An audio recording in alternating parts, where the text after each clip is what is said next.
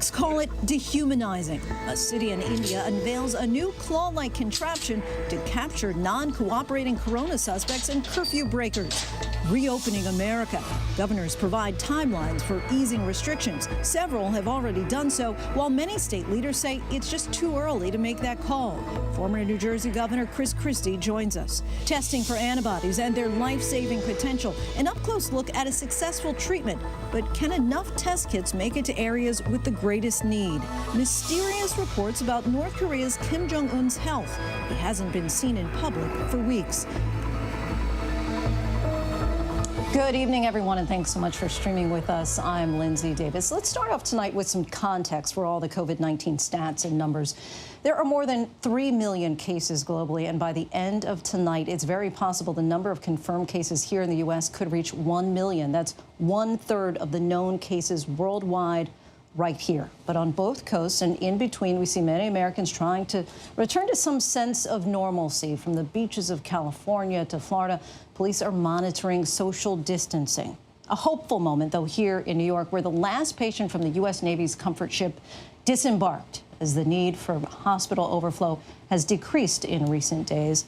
But we begin tonight with a hot topic right now, antibody testing. Doctors say it could help us turn the corner in the fight against the coronavirus, providing potentially life-saving treatments for COVID-19 patients. Our Kaylee Hartung leads us off. Tonight, states laser focused on testing, expanding screening for COVID antibodies. New York has run 7,500, nearly 15% testing positive. 5,000 more on the front lines will be tested, including emergency workers and police. NYPD was out there every day, and they paid a terrible toll. In Miami, researchers estimate 165,000 have antibodies indicating prior infection, dwarfing the entire state's known cases of roughly 30,000. But accuracy is an issue. A new study of 14 coronavirus antibody tests found only 3 delivered consistently reliable results. I worry a lot that people are going to draw conclusions from some of these tests that may not be accurate. The WHO warns even if you have antibodies, there's still no conclusive evidence of immunity. I think what WHO was saying, we don't know how long that effective antibody lasts. And then I think that is a question that we have to explore. While it's unknown whether there's immunity to COVID, with SARS it's estimated to be 24 months. In the common cold and flu, just 6. But people with antibodies may be key to treating the most critically ill. That's why I donated plasma after recovering. I just can't believe that I have the ability to do something that could be so helpful. Each donation can help up to 4 patients fight the virus. Just 2.5 weeks ago, Jimmy Hayden was in a coma and given a dose of experimental plasma. In my heart, I believe that, the plasma did it, and it made all the difference. Today, back at home with his wife and 4 kids, meeting the man they credit with saving Jimmy's life. And David, I can't even put all the words together to say thank you. All I want to say is that I was happy to do it, and I'm glad you're well. You just know that you are our hero. Heroes abound at this time, and Kaylee Hartung joins us now. One of those heroes, of course, Kaylee, you have firsthand reporting on this, having donated yourself. So tell us more about that process of donating plasma. Lindsay, you and I talked about how I was frustrated during that process, trying to figure out how to donate. It turns out all I really needed was a dose of patience. You need to be symptom-free for 28 days before you can donate plasma. The Red Cross called me just 2 days after I became symptom-free, hitting that benchmark. I, of course, had filled out the online form to request to donate much before that. But once I got to the Red Cross blood bank, I was so pleasantly surprised at how streamlined the process was. I filled out some paperwork. I had to do a simple health screening that you need to do before any blood donation. And then I was in that recliner for less than an hour. Now, there are 4 rounds of your blood being taken from your body, the plasma separated, and then your blood put back in. You feel pressure right around your arm here from a cuff as your blood is being taken out. You squeeze a little sponge to help the process along. And then when your blood is being returned to you, you feel a cooling sensation. I felt like it was pain-free. I spoke with David, who you just saw, the donor to Jimmy, and that piece there. We shared that sentiment. I really don't think there is anyone for there is anything for anyone out there who is capable of donating to be afraid of. If you were thinking of donating, you can go to the Red Cross website, you can fill out that same donor form I did, and you can be in and out of the door of one of these donation facilities in less than 2 hours. All right, so pain-free for potentially life-saving and preserving results for somebody else. I know that initially the rules said basically that you had to have had an official COVID positive test in order to be able to donate. Have they relaxed that at all? Because a lot of people say, hey, I know I had it. I couldn't get access to a test. I didn't need a test to know that I had the symptoms of actually having it.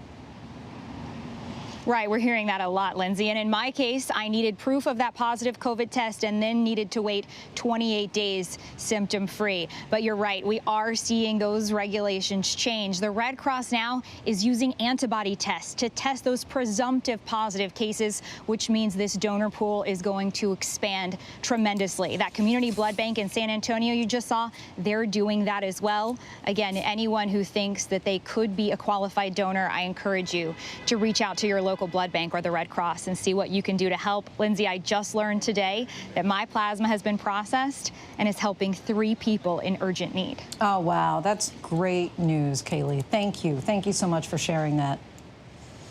We turn now to our country's great experiment, if you will, how and when to begin reopening. Today, more heartache in some persisting hotspots, but signs of hope in others. Tom Yamas now on when Americans can expect to return to some semblance of normalcy and if it's safe. As restaurants in Georgia open for business and talk in Washington turns to reopening, at the epicenter of the coronavirus outbreak, the battle is far from over. Number of new cases, still 1,000 new COVID cases every day. Puts it in perspective. In Manhattan, Ruth Caballero of the Visiting Nurse Service boards a city bus, heading to the new front line of this fight. I'm the nurse that spoke to you this morning. We're outside. She suits up, gown, mask, gloves. I'm now going to see a COVID positive patient that was discharged from the hospital yesterday. For the patient she sees, leaving the hospital is just the first step. They're weak, and emotionally they are afraid. They're afraid that they're going to die.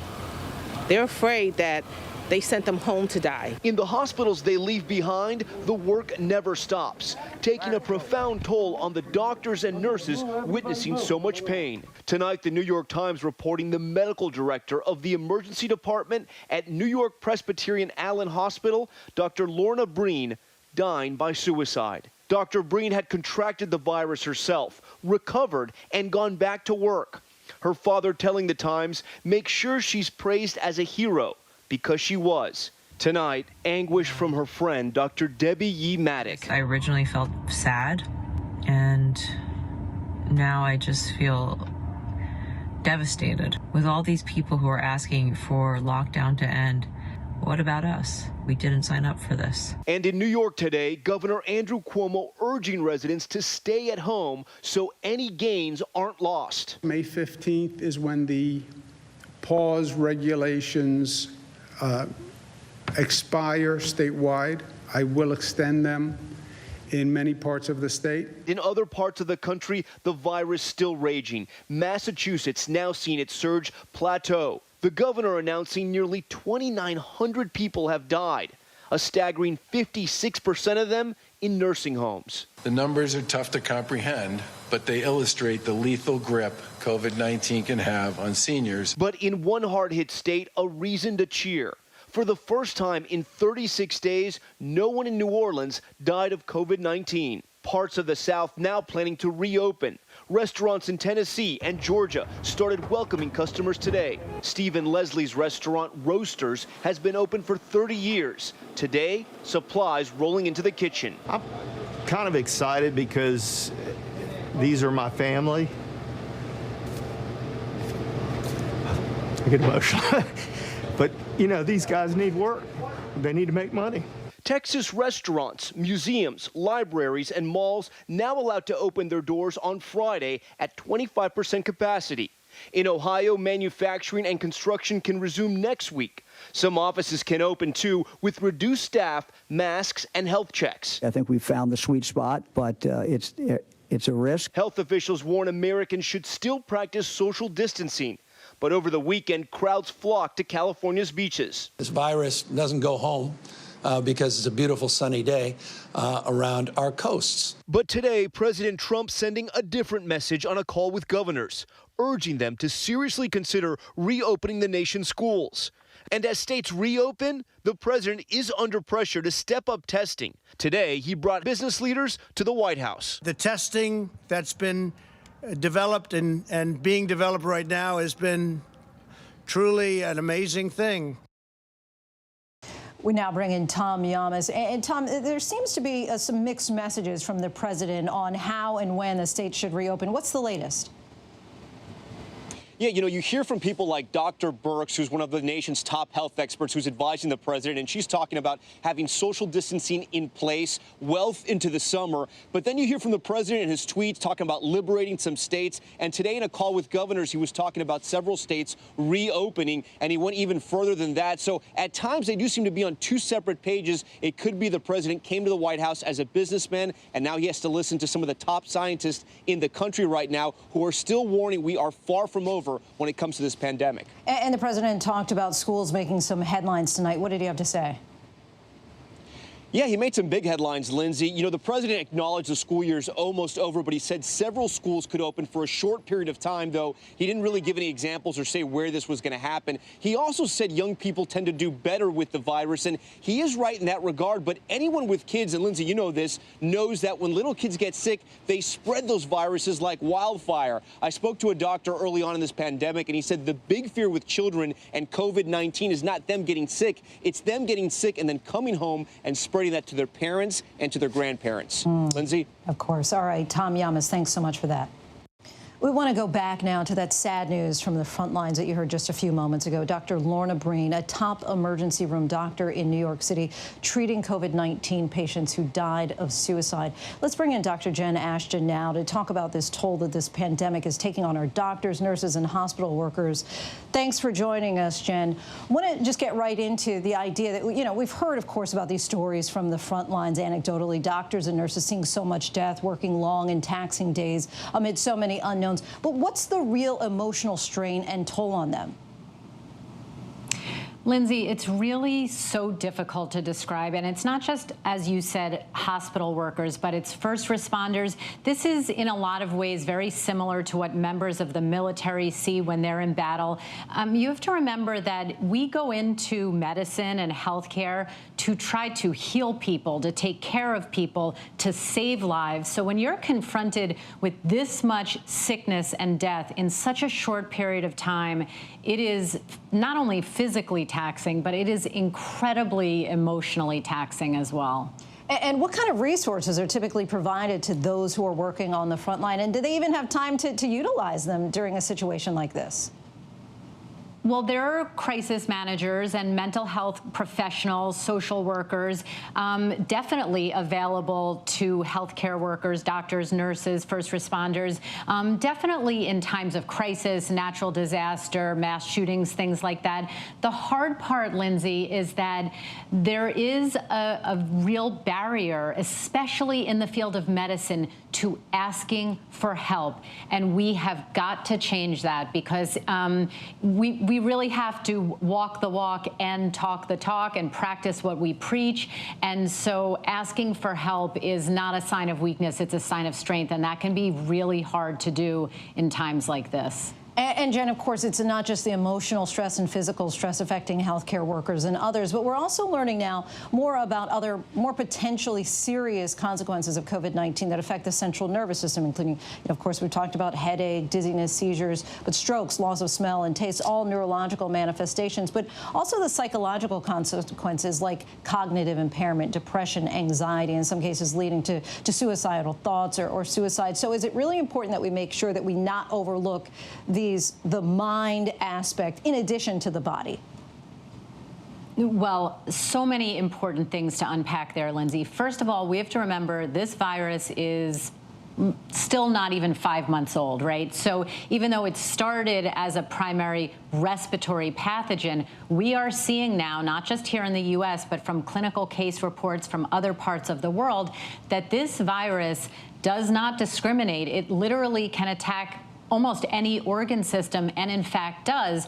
Sometimes someone can survive a respiratory illness and then succumb to a psychiatric illness, and we desperately want to avoid that now more than ever. All right, that check up from the neck up, so essential. And Jen, thank you so much for just your steady hand and your knowledge through all of this. We appreciate it. I want to let our viewers know, if you're struggling with thoughts of suicide or worried about a friend or a loved one, help is available. Call the National Suicide Prevention Lifeline at 1-800-273-8255. That's 1-800-273-TALK for free, confidential, emotional support 24 hours a day, 7 days a week. Even if it feels like it, you are not alone. And now let's dive into how the country will move forward with former New Jersey governor and ABC News contributor Chris Christie. He wrote an op-ed in the Washington Post this weekend on the 5 actions we need to take to restore the American way of life. Governor Christie, thanks so much for joining us. My pleasure, Lindsay. So you write that we all have to take responsibility and move forward in the face of fear, and you offer several suggestions. So let's go through them. First, you argue that the president should expand the use of the Defense Production Act to get the supplies needed for widespread testing to the states. Several governors have been asking for this. So explain what this would accomplish, and why do you think that the president hasn't done this already? Well, what it would do is what it's done in the area of ventilators and personal protective equipment, which is to direct those folks to do things in a certain way and to direct all of that product to FEMA for them to be able to distribute as needed to all the states rather than having the states compete with each other. Governor Hogan did a great job getting 500,000 test kits from South Korea, but we shouldn't have governors doing that. We should have the federal government taking control of those productions and directing where it goes, because it should go where it's needed, not who's going to pay the most or who makes the first phone call. Now, you say that employers and public venues should have temperature checks, but does that work if nearly a quarter of those with the virus are actually asymptomatic? It's not going to be perfect, Lindsay. But what's happening right now in our country is people are losing their jobs. They're losing their ability to put food on the table for their families. I drove through Morristown and saw a line at the food bank that went halfway down the street in my county seat. I mean, so we have to understand that until there's a vaccine, we're going to have to live with some measure of risk and take mitigation steps like temperature checks, like everyone wearing masks when you're outside. There's a number of things we can do to mitigate it. It's not going to be perfectly safe, but you know, there comes a time where we have to decide, can we save this country's way of life? And that's why I wrote the column I wrote this Sunday. Earlier today, President Trump tweeted, "Why should the people and taxpayers of America be bailing out poorly run states like Illinois, as example, and cities in all cases Democrat-run and managed when most of the other states are not looking for bailout help?" Now, Governor Cuomo responded by noting that his state pays more than its fair share in federal taxes, and they'll need extra help as they've been hit the hardest. So should the federal government be helping states and cities whose finances are being devastated right now? Well, I'm empathetic to Governor Cuomo's position because as the governor of New Jersey, we got the worst return on the federal dollar of any of the 50 states. And New York was second to last. But that's not the point. We shouldn't bail out. I agree with the president. We shouldn't bail out poorly run states. We should only compensate those states for the losses that they've suffered because of the virus. If they had budget problems beforehand, they're going to have to deal with those problems. But they'll be able to quantify the revenue that they've lost based off of last year's revenue and the change to this year because of the virus. That's what we should help states in doing. We shouldn't bail them out for old problems, but we should support them because the COVID crisis, as the president has said many times, is not anyone's fault. And it's certainly not the fault of any of the governors in these states. And we need these state governments to continue to operate, to do the testing, and to provide all the services that state government provides. And more broadly, you've seen the president lash out at governors during this pandemic. Is that an effective way to govern during a crisis? And should the president be doing more to bring the country together? Well, I think there are times that the president's done much to bring the country together, and other times when he's gotten into fights with governors for no reason. The same rules apply to the governors, though, too. They shouldn't be fighting with the president at this time either publicly. everyone's talking to each other on a regular basis. You should hash out those differences if you can in private, because what the country needs is to see their leaders all working together to get things done. So there's plenty of blame to go around here, and tomorrow's a new day. So let's start tomorrow with making sure that everybody works with each other, gets along with each other. Doesn't mean we won't disagree on things, but let's not be attacking each other, because that's not going to help to solve the problem we're in right now, Lindsay. And you list the 5 main priorities. Where does testing fall in that? Is that paramount in all of this as far as us getting back on the right track? It's very important, but it's not the be-all and end-all, Lindsay. It's important for us to be able to test, but if we wait until we can test every American to be able to reopen our economy, we won't have an economy left. And that's a simple fact of what's going on in our country right now.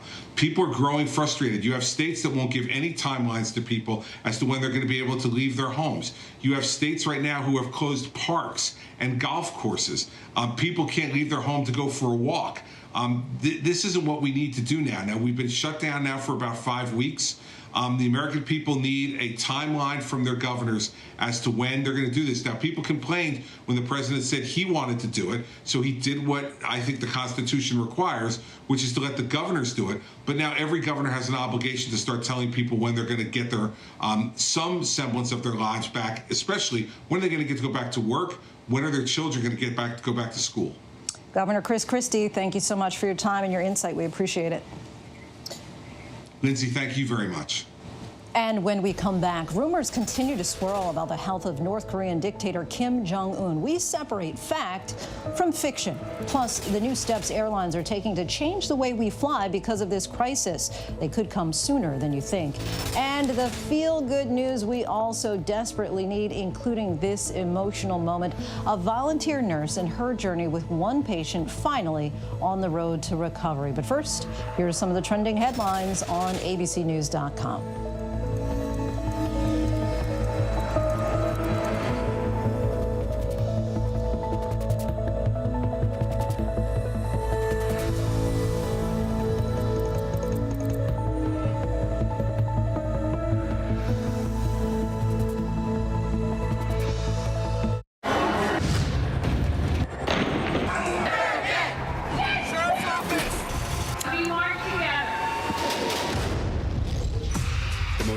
Stories of our time, anytime. Nightline. Your mom said, comb your hair. Your dad told you, smarten up. Your dog is judging you right now. And your best friend just called you crazy. We all need someone who'll pull no punches and give it to us straight. Now imagine getting your news like that. No bull, no spin, just give it to me straight. Straightforward news. Straight to the heart of the story. ABC News. Straightforward. Good morning, sunshine. Good morning. Good morning. Oh, I'm grateful you woke up this morning. Good morning, sunshine. Good morning, sunshine. We've been waiting for you. Say good morning. Good morning, sunshine. In America. Say good morning, I want you to wake me up. Good morning, sunshine. Good morning. Good morning. Oh, I'm grateful you woke up this morning. Good morning, sunshine. Good morning, sunshine. We've been waiting for you. Say good morning. Good morning, sunshine. In America. Say good morning, I want you to wake me up. Right now, how do you make sense of it all? Now, afternoons on ABC, one place with the good information you need. We are all in this together, and we're going to get through this together. Pandemic, what you need to know. Afternoons at 1 Eastern, 12 Central and Pacific on ABC. Good morning. I'm sorry I've been away from my desk for much longer than I would have liked.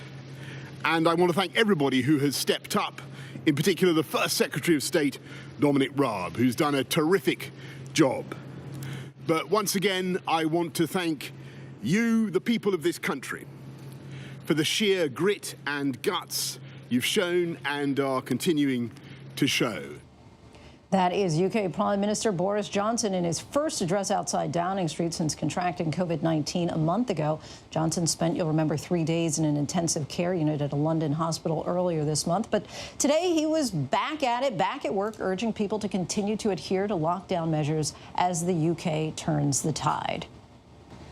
Next, the mysterious absence of North Korea's Kim Jong-un. The dictator has been out of view for more than 2 weeks at this point, sparking rumors that he's sick or even may have passed away. ABC's chief global affairs correspondent Martha Raddatz joins us now. Martha, what do we know about his whereabouts?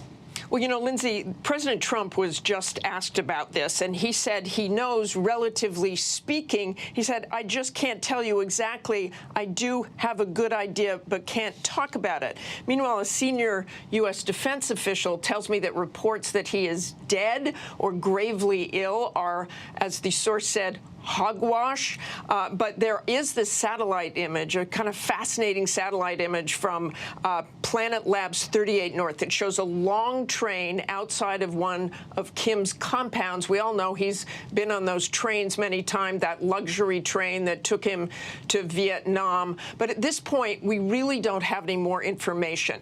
There is clearly something going on. He's out of view. But back in 2014, he also disappeared for about 6 weeks, turned up with a cane and said he had had ankle surgery. So we don't know exactly. It could have something to do with COVID-19, although North Korea says they have had no cases. But, Lindsay, that is impossible to believe.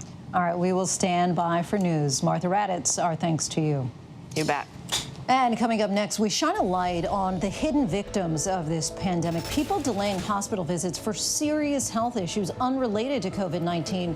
The results can be disastrous. Plus, as states start to reopen, many hope for a quick recovery for a battered job market and struggling economy. What experts say about where we could be headed. And our tweet of the day, a very happy birthday from Arnold Schwarzenegger. Happy birthday to you. Happy birthday, dear Lulu. Happy birthday to you. Look at this. Huh? Are we not celebrating birthday really great, huh? Sorry, the candles are unnecessary here. Oh, yeah. Oh, here's another one. Oh, yeah. Here's another one of crumbs. Oh, yeah. Oh, yeah. There we have it. We all need someone who'll pull no punches and give it to us straight. No bull, no spin. Now imagine getting your news like that. Just give it to me straight. ABC News, straightforward. Another week in America, a country facing a new test now. The Wuhan airport, almost no one here. The last flight out of Rome. This is the nursing home just outside Seattle. Dozens of people were just rushed off this cruise ship. This is ground zero. It is shut down. Another ambulance just pulled out. Now they're headed to the hospital. Time is of the essence. You can see the ship behind me. This is the first time tests have been done here. Morning, afternoon, evening, late night, 24/7. ABC News, there for you. What's the most innovative daily news podcast out there to listen to every day? Well, the Edward R. Murrow Awards say it's Start Here, the daily news podcast from ABC News. Even the New York Times calls us a top news podcast worth listening to. Start Here, free on Apple Podcasts. We know coronavirus has affected so many of you. America has changed for now. There's no question about that. People are finding a way to come together. What else should people know about how to care for their families through this? And you feel it's not too late to flatten the curve. It's not too late. When do we expect to have a vaccine? George, we are all thinking of you, Allie, and the kids, my friend. She wanted to share this message. You know I'm feverish if I'm allowing myself to go on national television with no makeup on. Allie is now on the Roberts family prayer chain. Robin, how you doing? I'm loving this. Gonna keep these slippers on. We are so grateful that we get to do this from home. I'm gonna take the camera and turn it around. Kelly was doing prompter. You do know you're sideways, right? It's great to see so many Americans stepping up. All in this together. The world coming together as one. We're gonna get through this together. Right here with you on Good Morning America. We turn now to jobs. Even as some states start to cautiously reopen for business, so many Americans are concerned about their jobs right now. And on the other side of this crisis, most economists predict we'll see the worst unemployment since the Great Depression. So let's take a look at some of these predictions by the numbers. The latest official U.S. unemployment rate is 4.4%. That's for March from the Department of Labor, but that does not capture the 26 million Americans who recently filed for unemployment benefits. They'll start to be counted in next month's report. The nonpartisan Congressional Budget Office predicts U.S. unemployment will reach 14% in the coming months and peak at 16% early fall. Another organization, the IMF, predicts U.S. unemployment will reach 10.4% this year. The investment bank Goldman Sachs forecasts unemployment rising to 15% later this year. To put these predictions in perspective, unemployment rose to 10% during the 2008 recession and peaked at 25% during the 1930s Great Depression, when high unemployment lasted about 10 years. Coming up, the changes colleges and universities are looking at in the wake of this pandemic, what it will take to get students back on campus this fall. Plus, a startling image, a flight almost completely full in the middle of the lockdown. A closer look at what air travel could look like going forward, starting with the way you sit. We'll explain in just a moment. What you're seeing right now, this is part of the eye wall. This procession of migrants goes back 2 miles. There is going to be catastrophic damage. This fire has made a run. You can see those flames shooting up into the sky. We are on the jam-packed red carpet. To the right, guys. So this is the 4th weekend of protest.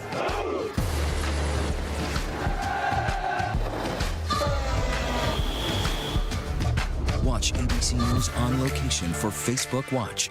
What's the most innovative daily news podcast out there to listen to every day? Well, the Edward R. Murrow Awards say it's Start Here, the daily news podcast from ABC News. Even the New York Times calls us a top news podcast worth listening to.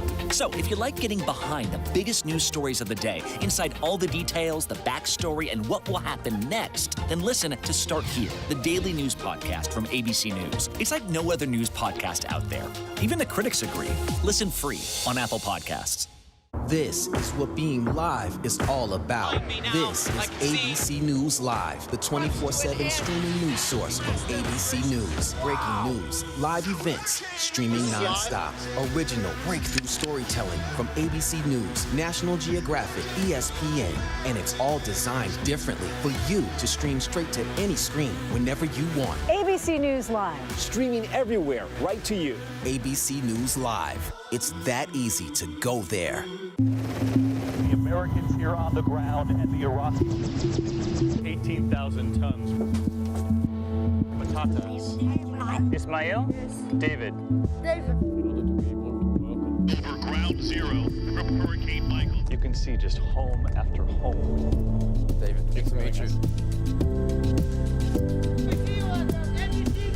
This was your view. My favorite view. Thank you very much. Thank you.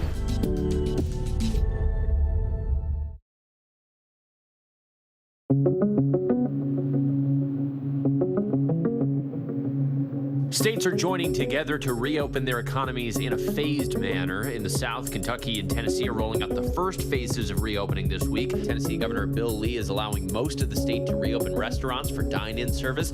That despite the big one-day spike in COVID cases on Sunday. This follows similar action in Oklahoma, Georgia, and Texas. Well, because of your efforts, the COVID-19 infection rate has been on the decline over the past 17 days. Minnesota is also trying to ease restrictions, but the green light to reopen doesn't do away with everyone's fears. I'm not willing to sacrifice restaurant workers or elderly, my staff, or my customers to make money in the short term, and I think that should be our priority.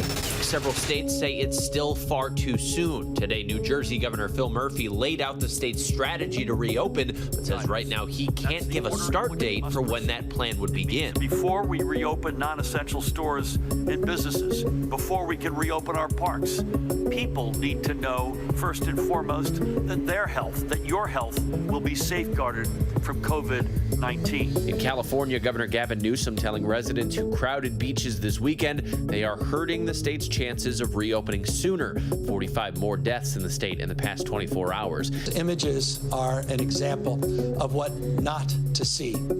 People, what not to do if we're going to make the meaningful progress that we've made in the last few weeks extend into the next number of weeks. In New York, cases continue to go down. May 15th is when the pause regulations expire statewide. I will extend them in many parts of the state. Italy's prime minister announcing a gradual plan to relax their lockdown beginning May 4th. Parks will reopen for exercise, although no gatherings are allowed. Most businesses can resume work, and people will be allowed to visit relatives as long as they're wearing face masks.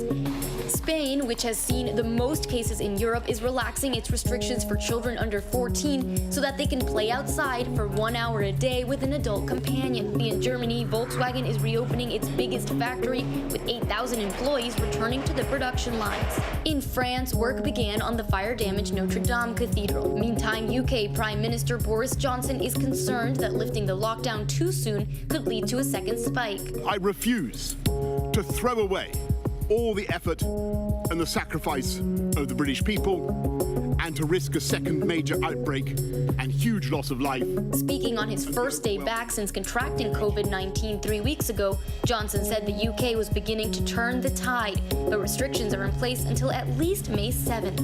Researchers are ramping up testing on a medication usually used to treat heartburn. Over the past few weeks, researchers have been discreetly studying whether famotidine, the active ingredient in Pepcid, could be used to treat coronavirus. Not using conventional, what we call Pepcid or over-the-counter reflux doses. We're using much larger doses. The basic theory, the drug may slow down the virus and keep it from spreading within the body.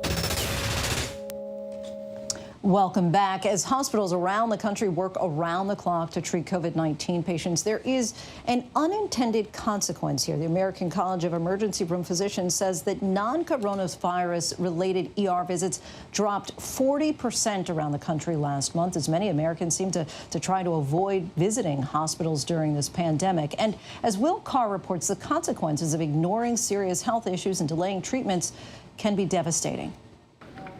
Across the country, while emergency rooms have morphed into the front lines in the war against COVID-19,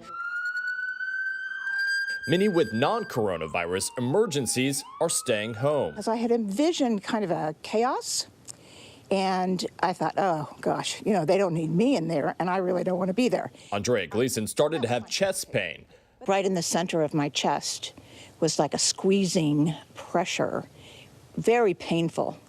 And the more it happened, the more painful it got. But because of the crisis, she waited for a week before the pressure got so bad she had to go to the hospital. The blockage is right there. Turns out she had an artery that was 90% blocked. Dr. Andrew Dublin with John Muir Health put in her stent. What would have happened if she decided not to go to the hospital? The odds were not in her favor, so there was a real good chance that she was going to have a big heart attack that either she could have died from or would have forced her to come in a lot worse shape. It may be that as many as 30 to 50% of heart attacks are not being seen right now. Similar numbers for stroke, and clearly that's problematic because that means people aren't getting the care they need. The American Heart Association says if you have an emergency, you need to act now just like you would before COVID-19. If you are somebody who is at risk of things like heart attack, you have hypertension, you're a smoker, you're an older individual, you've had diabetes, you should really think about seeking emergency medical care for things like chest pain, shortness of breath, dizziness that's not remitting over a short period of time. As parts of the country are flattening the curve, some emergency rooms are now seeing far less traffic than before the crisis started. That's in part due to a drop in car accidents with fewer drivers on the road. That might sound like a good thing, but fewer car accidents also means fewer organ donations. There are people that will die because we don't have donors, and that's an unfortunate reality. At Vanderbilt University Medical Center, Dr. Seth Karp has seen a 30% drop in transplants. If I say that our volumes are down by 30%, it means that had the COVID epidemic not have happened, that we would have done 30% more transplants and we would have saved 30% more lives. One organ donor from a car accident can often save multiple patients in need of a transplant. But now many surgeries, especially for patients who are stable, are on hold due to the virus. Are you in pain right now? Yeah, I'm in pain just about every day. In Kentucky, Phyllis Blake has liver cancer. Her transplant was postponed indefinitely when COVID-19 struck. Well, I was upset. Adding to her emotional stress, Blake already has a donor, her granddaughter, Katie. What's your biggest concern? My biggest concern is that the cancer will spread while she's waiting, and then she won't be able to do the transplant. Overall, surgeries, including transplants, have dropped across the country. Economically, fewer surgeries means less long-term money for many hospitals that were already running on tight budgets before the crisis. So some hospitals are going to go bankrupt, and the ones that are most at risk are not the ones in the nice suburbs. They're the ones in rural America. They're the ones that were already struggling financially. And Will Carr joins us now live. Will, of course, it's troubling to hear that people may be ignoring signs of a potential heart attack. Are doctors saying that they're also seeing visits or treatments for other serious health issues being delayed during this pandemic? Absolutely, Lindsay. According to the American Cancer Society, 1 in 4 Americans who has cancer has seen a delay in their care. And think about all the physicals that people schedule that have either been canceled or pushed back. That is happening all across the country. And those physicals could be exams where you find an issue you don't even know about that could potentially save your life. Lindsay. Right. And we also heard in your piece from Phyllis, who needs that liver transplant. Have you gotten an update in her case? We have, and we have good news tonight. We found out that Vanderbilt University's Medical Center, where Phyllis is going to get her treatment, just relaunched their liver transplant program this week, and everybody's hoping that Phyllis can get scheduled soon. Lindsay. All right, we got to celebrate those victories. All right, Will Carr, thanks so much for that. As we've been reporting, COVID-19 has led to a crisis in the way that we eat in this country. Thousands of people are now being forced to wait in line for hours to get food that they no longer can afford on their own. At the same time, farmers are being forced to throw away perfectly good food, unable to get it to those who need it most. ABC's Steve Osinsami has a closer look now at this disconnect and the innovative ways that people are trying to fix this problem. These are the lines across the country, thousands waiting for food that they can no longer afford to buy on their own. And this was the governor of New York today, talking about dairy farmers upstate overflowing with product that they can no longer sell. We have people downstate who need food. We have farmers upstate who can't sell their product.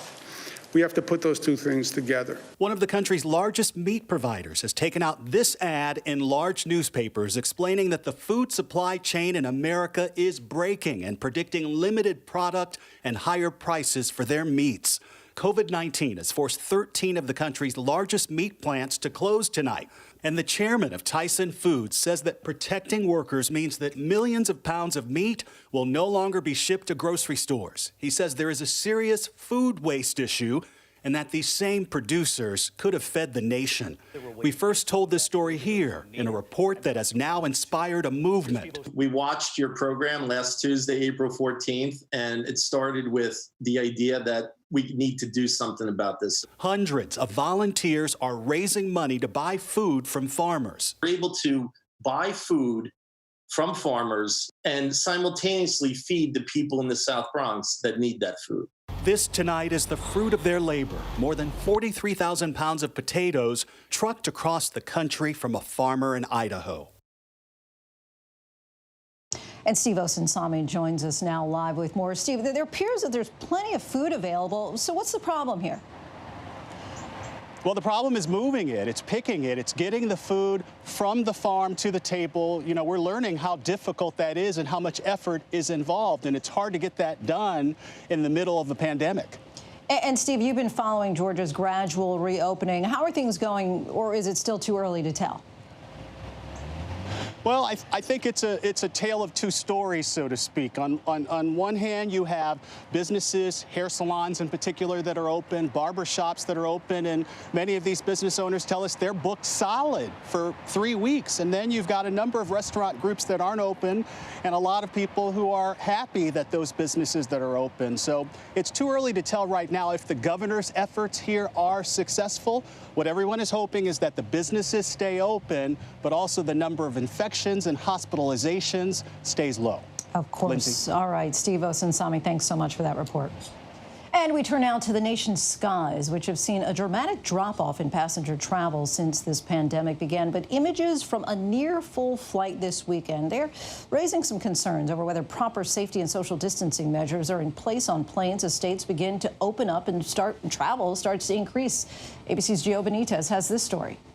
Tonight, 6 seconds of video getting a lot of attention online. A passenger on an American Airlines flight Saturday from New York to Charlotte, nearly full, people sitting side by side, some wearing masks. Aaron Strine recorded the video. What was this experience like? Because you get on this plane and you were surprised to see so many people. It was shocking, to say the least, and it was the first time that I felt truly unsafe. I recognized the risk that I was taking by agreeing to be on an airplane in the first place, and while I wanted to believe all of the, precautions would be taken that I had read on the airline's websites, there are lots of asterisks there. The plane was about 85% full. The airline says it's leaving about half of its middle seats in standard economy empty. This flight in particular was not a leisure flight for you. No. So my grandmother passed away recently. And so I wanted to come home to be here for my parents, my dad especially.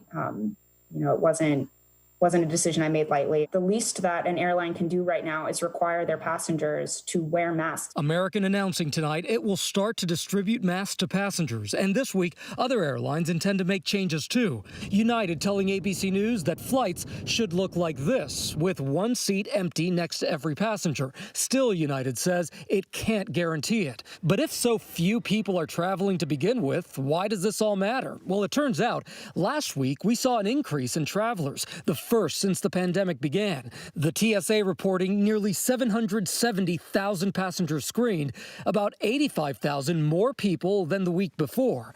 Then there's the issue with the masks. Not all passengers are wearing them. Sarah Nelson heads up the largest flight attendants union in the country and wants all passengers and crew wearing masks. From the airport door to the airplane door, on the airplane, and then back out through the airport at the other end, we want people wearing face coverings in all those areas. That is what is recommended by the CDC to the general public when they are out in public. And that is exactly what should be happening in our airports and on our airplanes to help contain the spread of the virus. And that's not all. Nelson says the union wants the federal government to suspend all leisure travel. While all major U.S. airlines say crew members can wear masks, United and JetBlue have required masks since last week, and tonight, American announcing it will do the same for its flight attendants starting May 1st. Most of the airlines are either providing personal protective equipment or working to provide it. The CDC telling ABC News all passengers should consider wearing face coverings while traveling. American Airlines also telling us tonight it will provide masks and sanitizing wipes or gels to customers beginning in May. Gio Benitez for ABC News Live in New York. Our thanks to Gio for that report. Graduating seniors have just 4 more days to decide where or if they're going to college. Faced with the prospect of distance learning, nearly 1 in 6 seniors now say that they're considering taking a gap year, according to a poll by the Art and Science Group. Harvard announced today it will be back open for fall 2020 with the goal of being on campus, quote, as quickly as possible. Meanwhile, students at Michigan State have now filed a lawsuit against the university demanding refunds for tuition, room, and board. As Eva Pilgrim reports, coronavirus is making the future of higher education complicated. As coronavirus forces students to finish the school year at home, some universities are working on a possible plan to hold classes on campus next fall. We would love to have a senior year, but we do worry about what health risks that would pose not only to older people in the community, but to other students like us as well. Indiana's Purdue University making plans to try to bring its community of more than 50,000 students and staff back to campus this August. President Mitch Daniels writing in a school-wide email that COVID-19 poses close to zero lethal threat to students, saying instead our students pose a far greater danger to others than the virus poses to them, and vowing to find a way to keep vulnerable groups separate and safe. While I'm not personally at risk, it did seem that they were discounting the potential issues that students who are at risk or who may live with immunocompromised family members. Roommates Kaylee Boomansour and Jalen Kelly still concerned about young people who have pre-existing conditions, like Jalen, who struggles with asthma. My fear would be that given the language used in the email, students wouldn't realize how serious of a situation we're dealing with. Daniels laying out some preliminary practices that would allow the university to reopen, spreading out classes and reducing sizes, pre-testing students and staff for the virus, and using contact tracing and self-quarantining. Brown University's president Christina Paxson also on board, writing in the New York Times, the reopening of college and university campuses in the fall should be a national priority. Institutions should develop public health plans now that build on 3 basic elements of controlling the spread of infection: test, trace, and separate. All this as the May 1st deadline, decision day for incoming students, is looming. Many now reconsidering their plans. It's really unappealing to me, the idea of paying for college and doing all of that schoolwork when I'm not able to connect face to face with the people that are teaching me and the people that I'm working with. Our thanks to Eva Pilgrim for that. And when we come back, the good news that we all so desperately need.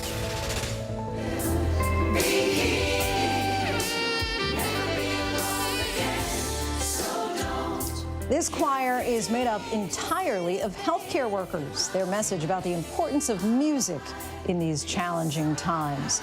And our myth bust of the day: can hot weather stop the spread of COVID-19?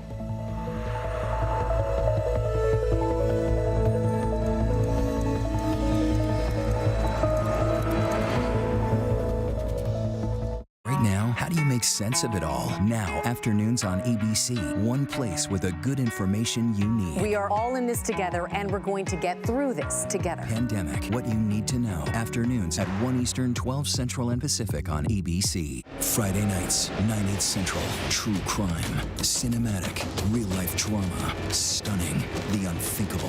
Follow the clues. The Hunt. True crime, 2020. Friday nights, 9/8 Central on ABC. The world may feel out of your control, but your happiness doesn't have to be. Learn the secrets to happiness. Listen to the 10% Happier podcast, free on Apple Podcasts. ABC News honored winner of 4 Edward R. Murrow Awards, including the most prestigious honor, Overall Excellence in Television. ABC News, America's #1 news choice. This is what being live is all about. This is ABC News Live, the 24/7 streaming news source from ABC News. Breaking news, live events, streaming nonstop. Original breakthrough storytelling from ABC News, National Geographic, ESPN, and it's all designed differently for you to stream straight to any screen whenever you want. ABC News Live. Streaming everywhere, right to you. ABC News Live. It's that easy to go there. Good morning, sunshine. Good morning. Good morning. Oh, I'm grateful you woke up this morning. Good morning, sunshine. Good morning, sunshine. We've been waiting for you. Say good morning. Good morning, sunshine. America. Say good morning. I want you to wake me up. First they think you're crazy, then they fight you, and then you change the world. If she had made this work, she would have been the next Steve Jobs. It's the stunning documentary millions and millions watched. Now see for yourself what everyone is talking about. The Dropout, now on Hulu. ABC News, America's #1 news source. Straightforward news, straight to the heart of the story. ABC News, straightforward. Well, welcome back on this Monday. Many of us are starting yet another week still at home, and so many facing tough times. That's why in the middle of all this, we want to share with you the moments that give us a bit of hope and a smile. ABC's James Longman has tonight's Feel Good News.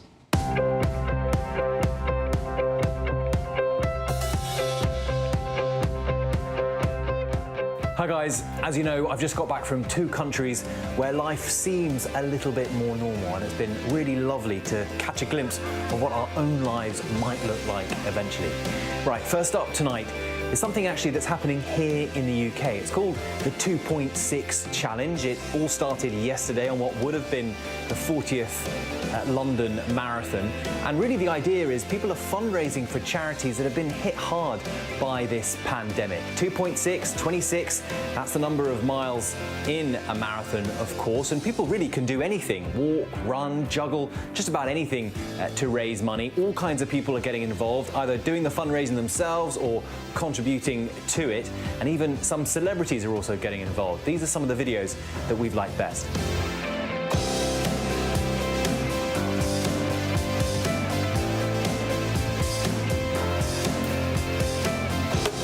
And weeks into quarantine, it's clear we're all trying to find ways to have fun however possible, including here in England. These seniors raiding kitchen cabinets for pots and pans in their balcony concert.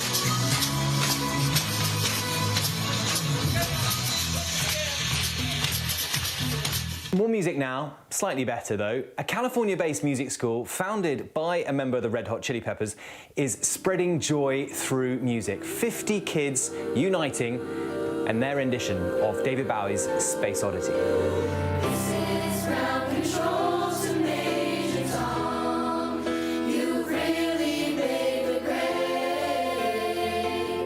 And another choir, but it's not just any choir. This one made up of health workers from an NHS hospital here in the UK. Their mission is clear: spreading love and positivity.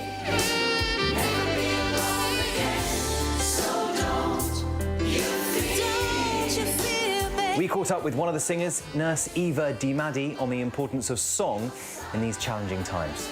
We have faced quite challenging times at work, and it's quite sad sometimes. Trouble seem like it never ends. So yeah, every time that I'm sad, or every time that I have a bad day at work, or I feel a little bit down, I'm just thinking about this amazing choir and start singing of one of our songs. I know that it's very hard for most of us. To be in quarantine, to not see our loved ones. But the only thing that we can do, and it's very important, is to just keep positive, like think positive, that we're gonna get through it. It's just a storm, and after the storm, the sun is coming up. Well said, the sun will come out eventually. Thanks to Eva and the Breathe Harmony Choir for inspiring us all. Finally, as always on Good News, we want to focus on the love pouring out for healthcare workers on the front line. In particular tonight, we want to focus on a selfless Rhode Island nurse. Meet Taylor Campbell. She volunteered to work for 21 days at a metropolitan hospital in hard-hit New York City.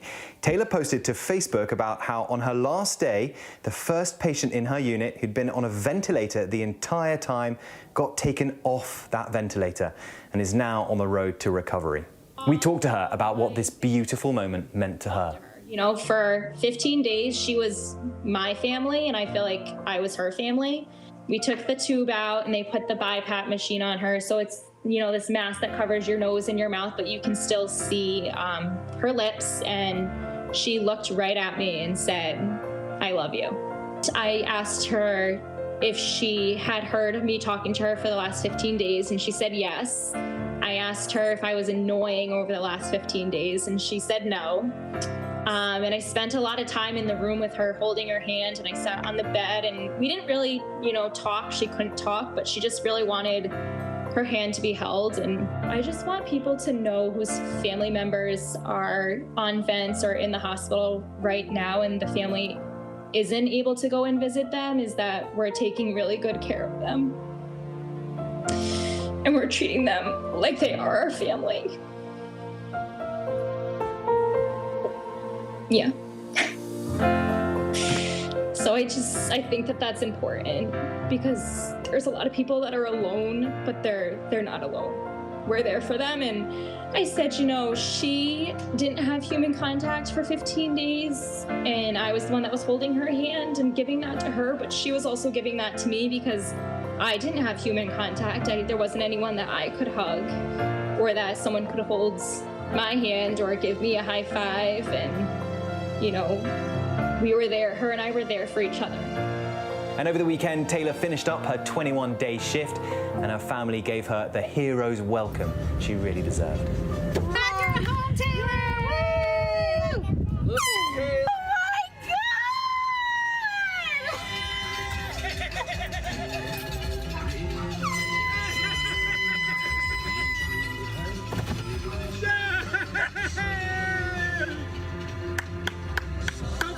God! Well, that's all from us tonight. Stay safe, everyone, and be good to each other. Thank you so much for that, James. And before we go tonight, the image of the day, and it's a very special one, near and dear to our hearts. Our ABC News Live family just got a little bit bigger and cuter, I might add. Take a look at this. That's our executive producer, Seni Tianabeso, with his new baby boy, Luke. A big congratulations to Seni, Rosemary, and big brother Jed. Everyone here is sending you lots of love tonight, and hopefully you're getting some sleep. That is our show for this hour. Be sure to stay tuned to ABC News Live for more context and analysis of the day's top stories. I'm Lindsay Davis. Thanks so much for streaming with us, and have a good night.